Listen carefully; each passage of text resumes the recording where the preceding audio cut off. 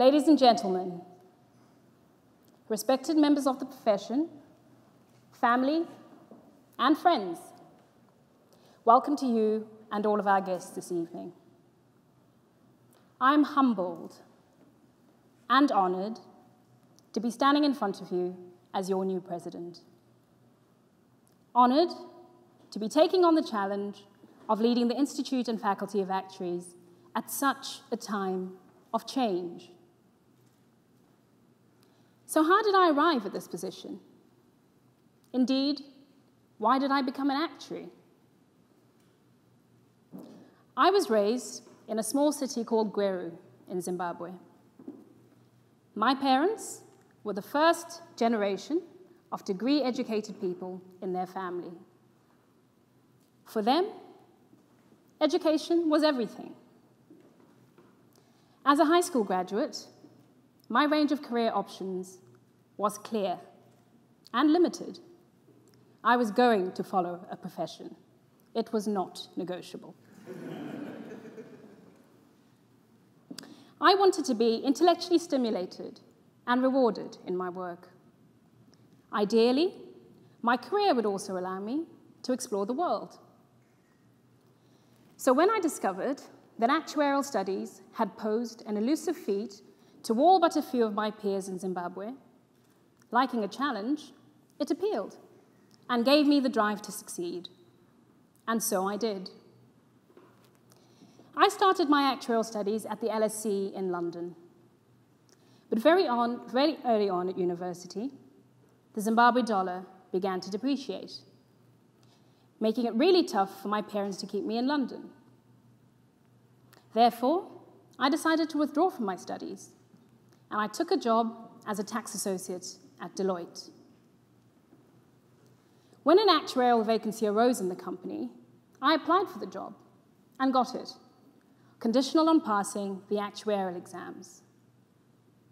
I don't actually have an undergraduate degree, but despite that, I went on to qualify as an actuary while working. But I also got a taste for volunteering.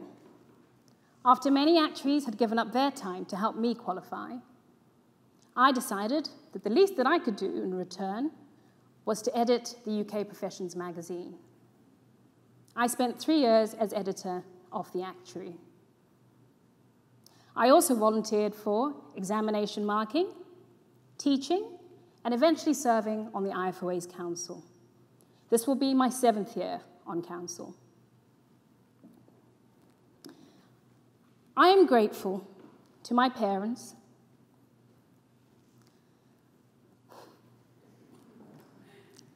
for their insistence on a robust education. And I'm thankful to council for their support and faith in nominating me to my new role. Given that I don't resemble those that came before me, I was both surprised and delighted to have been nominated to become the first non-UK-based president of the IFOA, and a couple of other firsts.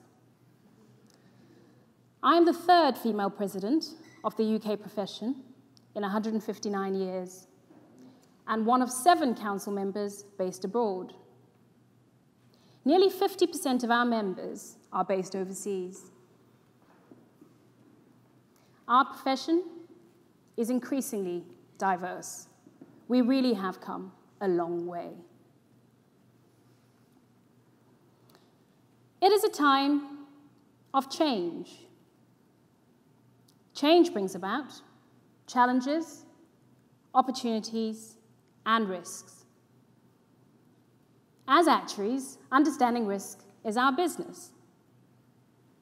During my year as your president, I wish to ensure that not only do we continue to help people to understand risks and the role of actuaries in this regard, but that we also help them to make the most of opportunities that arise with change. The world is changing fast, as are the economies in which we live and work. The skills and value that actuaries can bring are more relevant and needed than ever before. There is a pushback against the effects of globalization. mass migration, both of refugees and economic migrants, is putting a strain on national borders. As a result, the ideals of openness and free movement are under threat.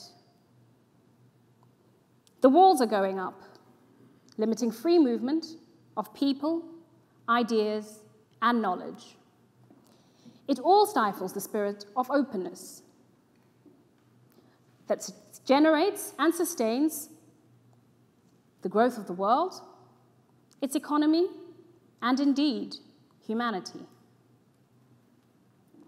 With new technologies, such as artificial intelligence, robotization, and autonomous machines, we are on the brink of the fourth industrial revolution. The impact of this revolution, some say, will make many of the unskilled, lower-paid workforce redundant. We can already glimpse it as we self-checkout at supermarkets, as autonomous cars and trucks are tested on our roads, and as Amazon tests its delivery drones. Artificial intelligence also seeks to process some of the complex issues that actuaries have traditionally solved.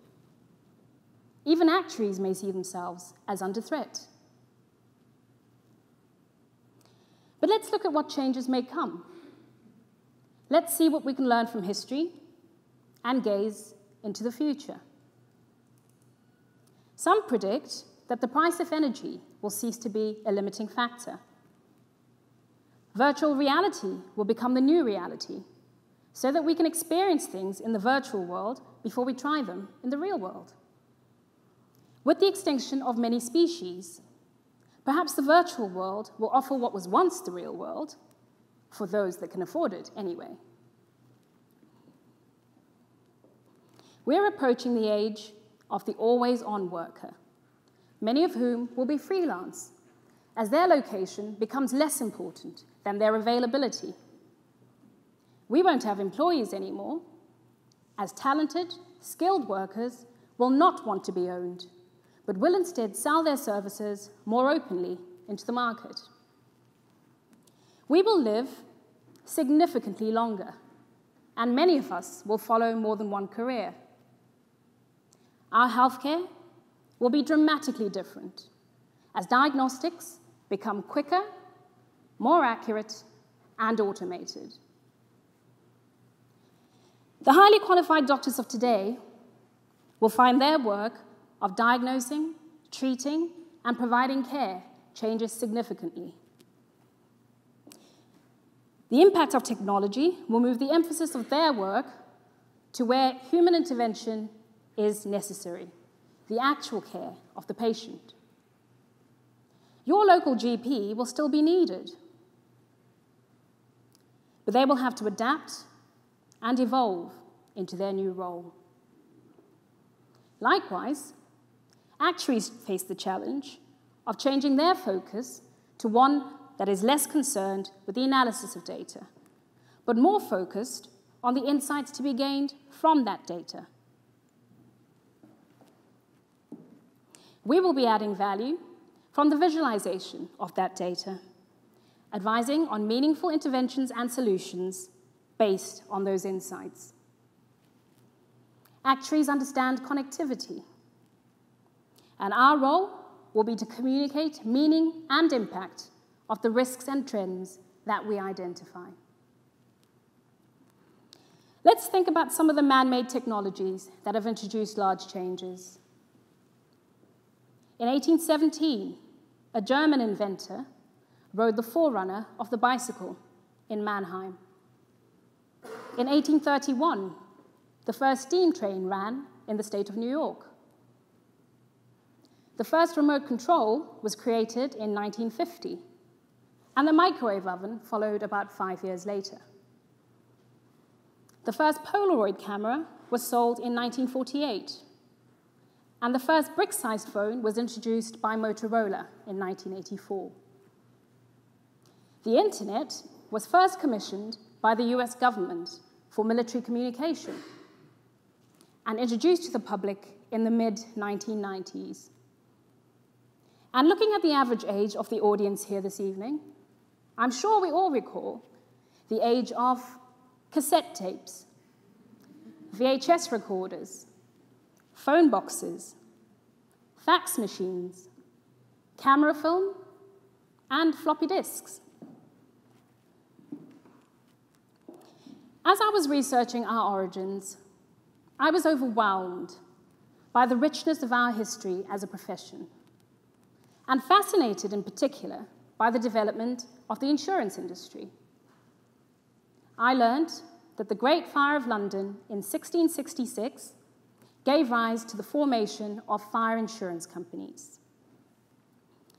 The profession, as we know it today, dates back to as early as the 17th century, when the mathematics of longevity and compound interest were being scientifically explored. As a profession, 200 years ago, we were creating life tables on a piece of paper. As technology advanced, we moved from pencils and paper to punch cards, from slide rules to communal computers. We began to rely on computers to do the number crunching and to tackle much more complex modeling.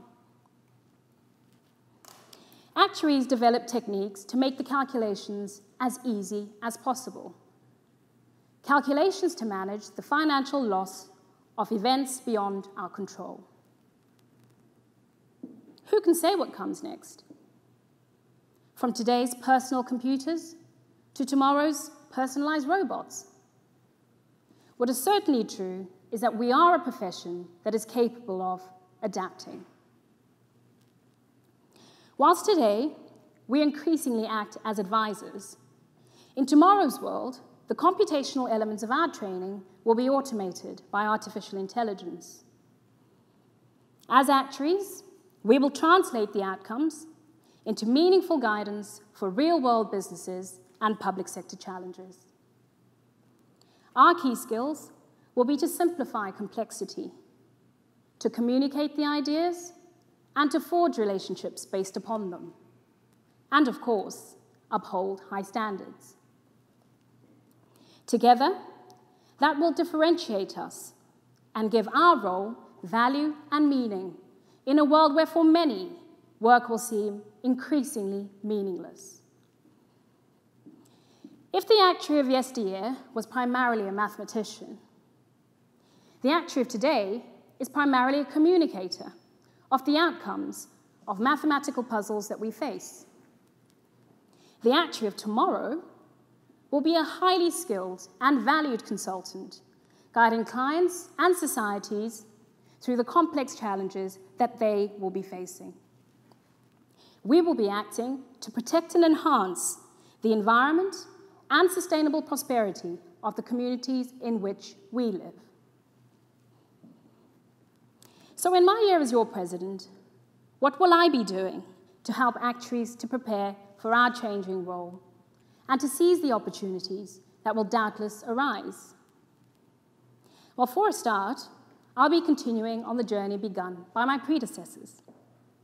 Firstly, ensuring that we are future fit, by which I mean being clear about the value that we can add to businesses and society, and communicating that effectively.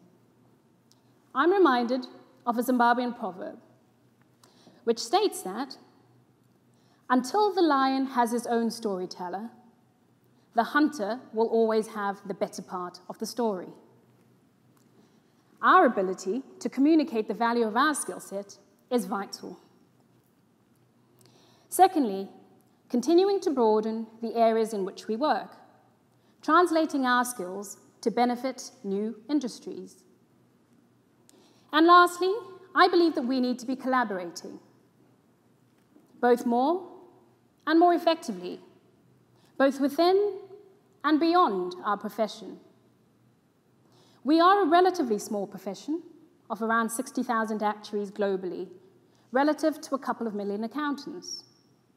To realize our ambitions, we must partner with others.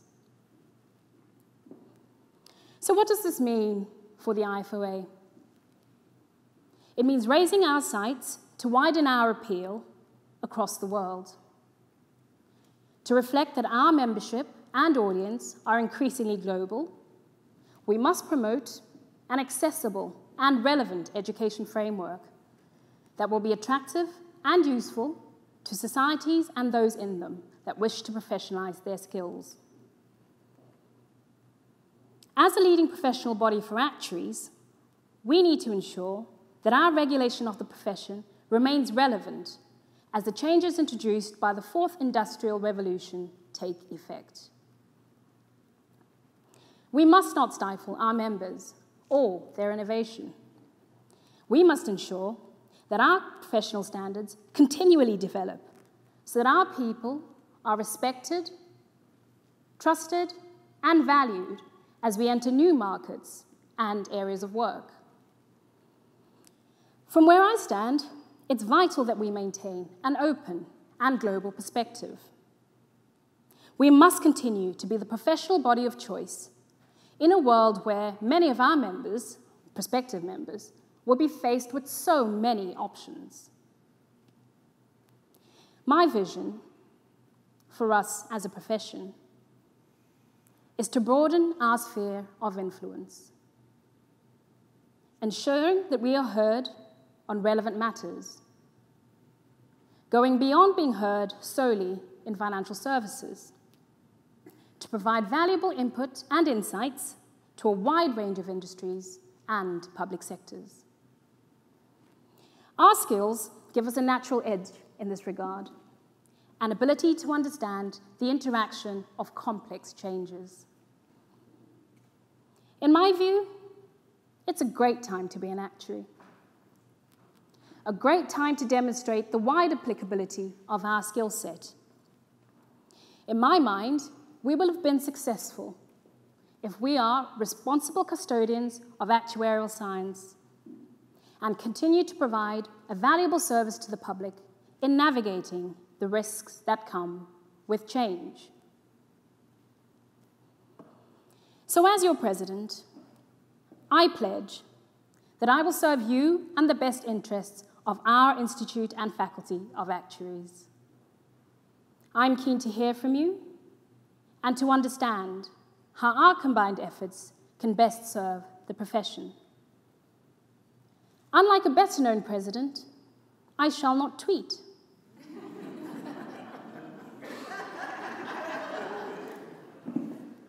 I shall not spread false news. And I shall not build walls and get others to pay for them. Instead, I look forward to working with council, the executive team, and volunteers, keeping us focused on being forward-looking, inclusive, and proactive in broadening our influence for the betterment of our societies. I thank you all for your commitment, your drive, and the innovation that you are demonstrating as we embrace this world of change. To Council, thank you for your support. It has been a pleasure to work with Fiona as immediate past president, Colin as outgoing president, and a very warm welcome to Jules as president-elect. To my valued family and friends, many of whom have traveled from afar, to my unwavering parents, thank you for your encouragement. And of course, thank you all for being here to share this moment with me. I thank you.